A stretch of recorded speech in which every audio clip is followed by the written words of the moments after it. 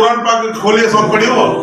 कॾहिं कुरान पाक जो असां दीदार कयो आहे हाणे माशाअल्लाह तुंहिंजे घर में बि साम्हूं कुरान पाक पियो आहे बाक़ी सची ॿुधाए मीर अॼु मुस्लमान या कूड़ न कयो घणा साल थी विया आहिनि जो तूं कुरान पाक न खोलियो आहे सच ॿुधाइजांइ कूड़ न ॻाल्हाइजांइ बचो बीमार पियो दीन जे सदके सच ॿुधाए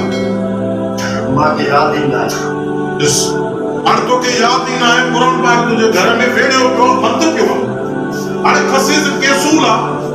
इनखे जेकॾहिं मां बंदि करे वेड़े रखियो आहे त तोखे कावड़ थी लॻे त केसूल खे खोल अंदरि वञे त हिनजो फ़ाइदो पए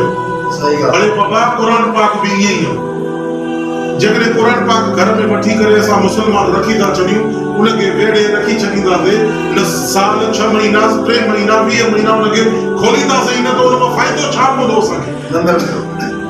यार असां मुस्लमान आख़िर कयूं त कयूं छा था मूंखे त सम्झ में ॻाल्हि नथी अचे कंहिंजो जहिड़ो थिए थो केॾे मेड़ खणी पइजी त पोइ कुरान पाक सबक़ यादि आहे हा हाणे अॻे चाक हुयो न त विड़ी आयो हा त राति जो इहो ई खणी हुनजे दर ते वियमि शाबत आहे हुननि खे हुननि बस के छॾियो माना मजबूरी का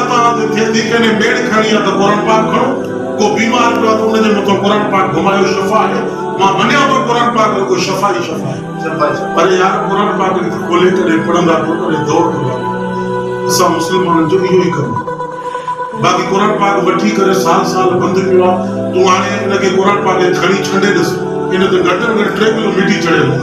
3 सालनि में तो क़ुरान पाक खोले बि न बस खिरात जूं अखियूं खोले छॾे छा मिसाल केसूल जो काथे छिके वञी काथे पुॼाए अखियूं खोले छॾे ख़ुदा रखा मुस्लमानों माता बि हथ थो वधां त क़ुरान पाक जी तिलावत कंदा कयो इहो ई सभु कुझु आहे हर शइ हिन क़ुरान पाक में आहे क़ुरान पाक ते जेको क़ुरान पाक में लिखियल आहे इन ते जेकॾहिं असां मुस्लमान अमल कयूं न त असांजो जेका सिरां बि सोन जूं थी